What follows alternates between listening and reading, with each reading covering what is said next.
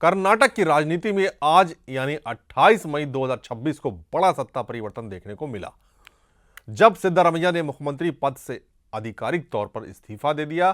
सुबह बेंगलुरु स्थित सरकारी आवास कावेरी में हुई अहम ब्रेकफास्ट कम कैबिनेट बैठक में सिद्धरामैया ने अपने मंत्रिमंडल सहयोगियों को फैसले की जानकारी दी और साफ संकेत दिया कि डीके शिवकुमार अब राज्य के अगले मुख्यमंत्री होंगे। बैठक के दौरान दोनों नेताओं के बीच कई बार गर्मजोशी और सौहार्द देखने को मिला, जिसे कांग्रेस नेतृत्व में बदलाव को शांतिपूर्ण और नियंत्रित तरीके से पेश करने की रणनीति के तौर पर देखा जा रहा है। सूत्रों के मुताबिक बैठक में कई मंत्रियों ने सिद्धरामैया से फैसले पर पुनर्विचार करने की अपील की, लेकिन उन्होंने कहा कि पार्टी हाईकमांड का निर्णय सर्वोपरि है और वे संगठन के अनुशासित कार्यकर्ता के रूप में उसका पालन कर रहे हैं। दोपहर करीब 3 बजे सिद्धरामैया लोक भवन पहुंचे और राज्यपाल कार्यालय को अपना इस्तीफा सौंप दिया। उस समय राज्यपाल शहर से बाहर थे, इसलिए उन्होंने अपना इस्तीफा राज्यपाल के सचिव को सौंपा। इस्तीफा देने के बाद मीडिया से बातचीत में सिद्धरामैया ने कहा कि हाईकमांड ने जो कहा मैंने वही किया, मैंने अपना वादा निभाया। उन्होंने ये भी बताया कि कांग्रेस नेतृत्व ने उन्हें राज्यसभा भेजने का प्रस्ताव दिया था, लेकिन उन्होंने इसे अस्वीकार कर दिया क्योंकि वे कर्नाटक की राजनीति में एक्टिव रहना चाहते हैं। उन्होंने कहा कि उनकी प्राथमिकता हमेशा राज्य की जनता और सामाजिक न्याय की राजनीति रही है। अपने लगभग 50 साल लंबे राजनीतिक करियर का जिक्र करते हुए सिद्धरामैया भावुक भी नजर आए और कहा कि वे आखिरी सांस तक सांप्रदायिक ताकतों और विभाजनकारी राजनीति के खिलाफ लड़ते रहेंगे।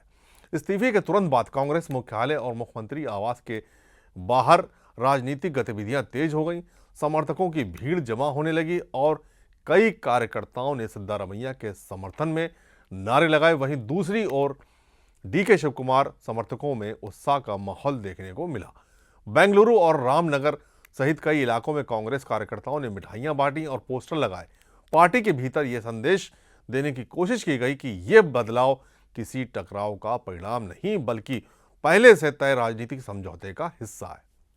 इस घटनाक्रम के साथ कांग्रेस के भीतर लंबे समय से चल रहा नेतृत्व संघर्ष फिलहाल खत्म होता दिख रहा है। 2023 विधानसभा चुनाव में कांग्रेस की भारी जीत के बाद से ही सिद्धरामैया और डीके शिवकुमार खेमे के बीच मुख्यमंत्री पद को लेकर खींचतान की खबरें लगातार सामने आती रही थी। चुनाव परिणाम आने के बाद दोनों नेताओं ने दिल्ली में कांग्रेस हाईकमांड से कई दौर की बैठकें की थी। उस समय पार्टी नेतृत्व ने सत्ता और संगठन के बीच संतुलन बनाए रखने के लिए कथित तौर पर 2.5 साल के पावर शेयरिंग फार्मूले पर सहमति बनाई थी। इसके पहले जो है सिद्धरामैया को मुख्यमंत्री बनाया गया और अब कार्यकाल के मध्य में डीके शिवकुमार को कमान सौंपे जाने की प्रक्रिया शुरू हुई। हालांकि कांग्रेस ने कभी सार्वजनिक रूप से समझौते की आधिकारिक पुष्टि नहीं की, लेकिन आज के घटनाक्रम ने लगभग साफ कर दिया कि पार्टी उसी फार्मूले पर आगे बढ़ रही है। दिन भर के घटनाक्रम में कई अहम राजनीतिक संकेत भी मिले। कांग्रेस विधायक दल की बैठक को लेकर चर्चाएं तेज रहीं, हालांकि अंतिम निर्णय पूरी तरह हाईकमांड के हाथ में बताया गया। दूसरी ओर डीके शिवकुमार शाम को दिल्ली रवाना हो गए, जहां उनकी राहुल गांधी, मल्लिकार्जुन खड़गे और सोनिया गांधी से मुलाकात होने की संभावना जताई जा रही है। माना जा रहा है कि नए मुख्यमंत्री के शपथ ग्रहण, मंत्रिमंडल विस्तार और संभावित नए डिप्टी सीएम पदों पर अंतिम मुहर दिल्ली में ही लगेगी। सूत्रों के मुताबिक कांग्रेस नेतृत्व राज्य में जातीय और क्षेत्रीय संतुलन बनाए रखने के लिए कैबिनेट में बड़े फेरबदल की तैयारी भी कर सकती है। सिद्धरामैया ने इस्तीफे के दौरान अपनी सरकार की उपलब्धियों का भी विस्तार से जिक्र किया। उन्होंने कहा कि उनके सरकार ने चुनावी गारंटियों को लागू करने में पूरी ईमानदारी दिखाई और गरीबों, महिलाओं, किसानों और पिछड़े वर्गों के लिए कई योजनाएं शुरू की। उन्होंने सामाजिक न्याय, समान अवसर और संविधान आधारित राजनीति को अपनी सरकार की सबसे बड़ी पहचान बताया। उन्होंने दावा किया कि उनकी सरकार ने राज्य की अर्थव्यवस्था को मजबूत करने, निवेश बढ़ाने और कल्याणकारी योजनाओं को जमीनी स्तर तक पहुंचाने का काम किया। वहीं भाजपा ने इस पूरे घटनाक्रम को कांग्रेस की आंतरिक सत्ता लड़ाई करार दिया। भाजपा नेताओं का कहना है कि कांग्रेस सरकार शुरू से ही 2 शक्ति केंद्रों में बटी हुई थी और अब वही संघर्ष खुलकर सामने आ गया। उधर कांग्रेस इसे एक संग्रहात्मक अनुशासन, लोकतांत्रिक प्रक्रिया और सामूहिक नेतृत्व का उदाहरण बता रही है। पार्टी नेताओं का दावा है कि सत्ता परिवर्तन पूरी तरह शांतिपूर्ण और योजनाबद्ध तरीके से हो रहा है, जिससे सरकार की स्थिरता पर कोई असर नहीं पड़ेगा।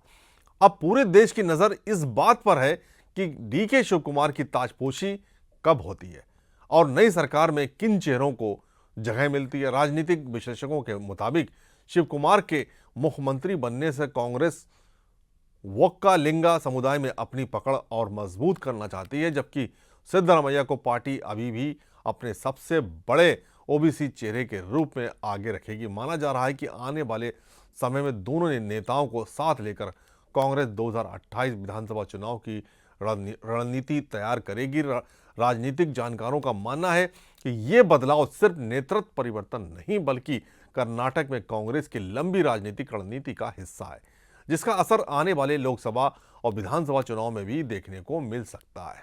जय हिंद।